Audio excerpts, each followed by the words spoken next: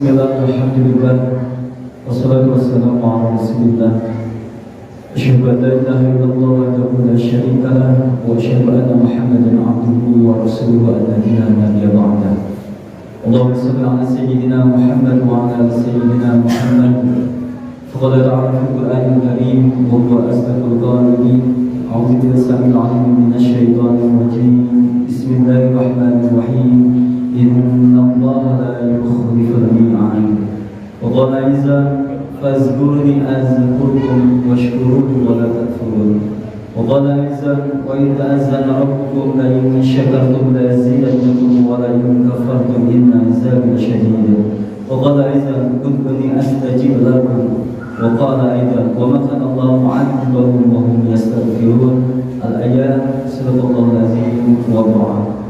Ayyuhal hadirun, ittaqullaha haqqa tuqatih wa la tamutunna illa wa antum muslimun.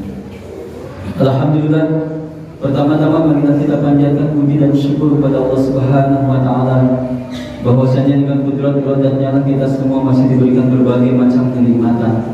Nikmat sehat, nikmat rezeki, nikmat panjang usia. Bahkan alhamdulillah kita semua masih diberikan nikmat iman dan Islam. Sehingga dari sekian banyak aktivitas yang kita lakukan pada hari ini, kita masih mau dan mampu melaksanakan sebagian dari perintah Allah Subhanahu wa taala, yakni melaksanakan salat Jumat. Mudah-mudahan duduknya kita di masjid yang indah ini menjadikan saksi kita akan berkumpul kembali di surganya Allah Subhanahu wa taala. Amin amin ya Allah ya rabbal alamin. Salawat dan salam semoga tetap tercurah limpahkan kepada junjungan kita baginda besar Nabi wa Habibana Muhammad sallallahu alaihi wasallam, kepada para keluarganya, para sahabatnya, para tabi'in, itba'ut tabi'in. Mudah-mudahan syafaat itu kita terima di yaumul qiyamah apabila kita taat akan ajarannya sampai yaumil akhir. Amin amin ya Allah ya rabbal alamin. Sidang Jumat yang dimuliakan oleh Allah Subhanahu wa taala, dalam kesempatan kali ini kita lupa khatib berwasiat. Wabil khusus bagi diri khatib pribadi yang penuh dengan noda dan dosa, umumnya bagi jemaah sekalian yang pastinya selalu dirahmati Allah Subhanahu wa taala. Marilah kita tingkatkan kualitas keimanan dan ketakwaan kita kepada Allah, meningkatkan kualitas ibadah kepada Allah, terus bertakwa kepada Allah, menjaga diri kita dalam jalan yang baik dan benar. Mudah-mudahan ketika kita kembali kepada Allah Subhanahu wa taala mendapatkan anugerah husnul khatimah. Amin ya Allah ya rabbal alamin. Hadirin kaum muslimin rahimakumullah, salah satu bentuk kekuasaan Allah Subhanahu wa taala tercantum dalam surat Al-Imran ayat 9. Innallaha la yukhliful mi'ad. Sesungguhnya Allah Subhanahu wa taala tidak pernah ingkar terhadap janjinya.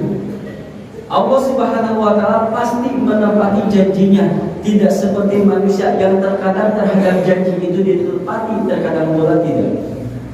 Setidaknya dalam Al-Quran ada 4 janji yang akan kita uraikan. Yang pertama, dalam surat Al-Baqarah ayat 152, Allah Subhanahu wa taala berfirman, "Fazkuruni azkurkum." Kata Allah Subhanahu wa taala, ingatlah kepadaku, niscaya aku akan lebih ingat kepadamu. Laksanakan segala perintah kepada Allah, jauhi segala larangan Allah.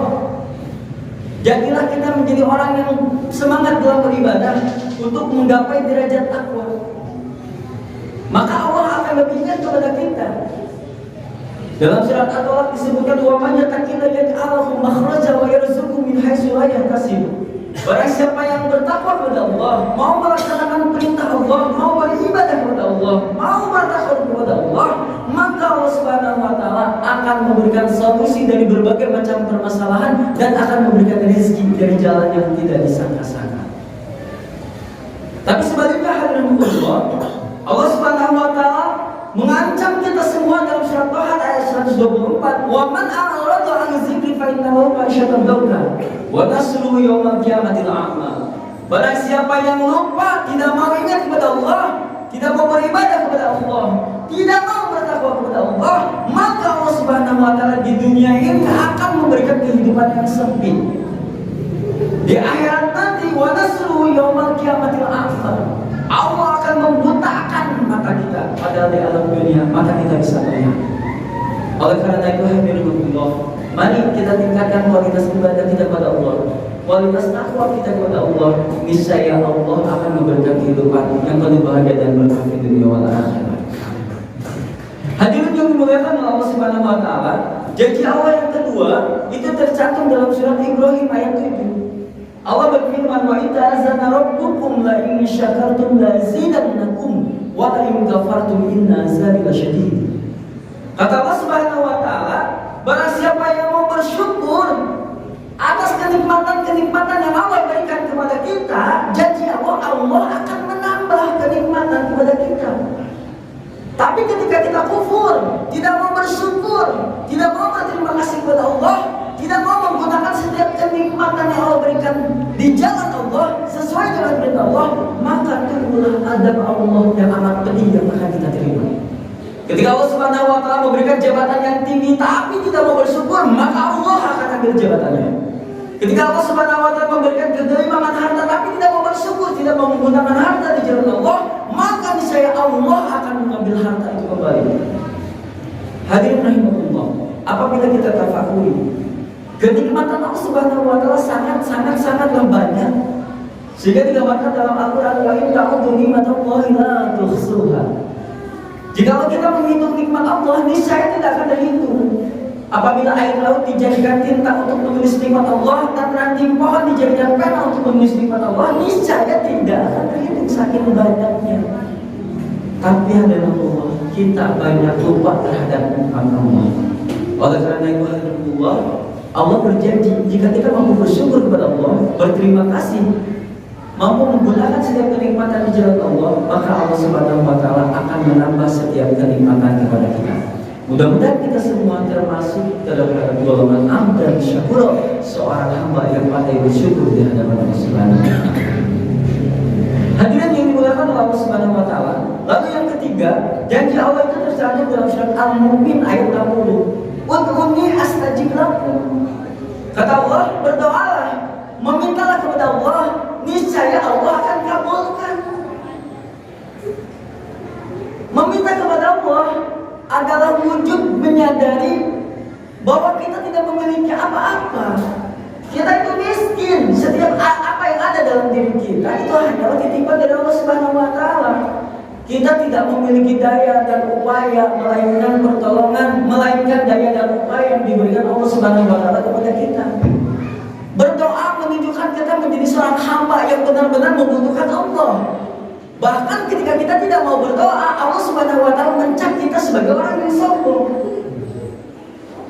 Allah Subhanahu wa taala sangat menyukai orang yang sering meminta, sering berdoa kepada Allah Subhanahu wa taala. Allah suka. Tidak seperti halnya kita meminta kepada manusia yang terus-menerus. Manusia yang diminta terus-menerus bisa jadi tidak suka. Tapi Allah, ketika seorang hambanya meminta kepada Allah, meminta dicukupkan dalam kehidupan ini, meminta diberikan jalan, meminta rahmat, meminta ridha, meminta maghfirah di hadapan Allah, niscaya Allah akan kabulkan. Kita itu tidak punya apa-apa, sedangkan Allah Zat yang Maha Kuasa. Ketika kita dalam kesulitan memohonkan kemudahan, ketika kita dalam kepapaan, dalam kemiskinan, Allah meminta kepada Allah agar Allah memberikan kekayaan. Allah Maha Kuasa. Innallaha 'ala kulli syai'in qadir. Dalam surat Al-Baqarah ayat 20 dikatakan, sesungguhnya Allah berkuasa atas segala sesuatu. Bahkan ditekankan dalam surat Yasin ayat 82, "Innama amru idza arada syai'an an yaqula lahu kun fayakun." Jika Allah Subhanahu wa taala berkehendak cukup berkata jadi, maka jadilah. Setiap kita memohon kepada Allah, niscaya Allah akan kabulkan. Dan yang terakhir hadirinullah, janji Allah tercantum di dalam surat Al-Anfal ayat 33. "Wa ma kana Allahu mu'adzibahum wa hum yastaghfirun."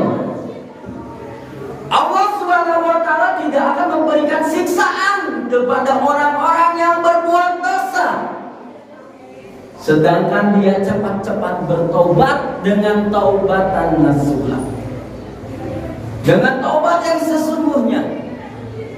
Sebanyak apapun dosa yang pernah kita lakukan, sesungguhnya Allah akan menerima taubat kita.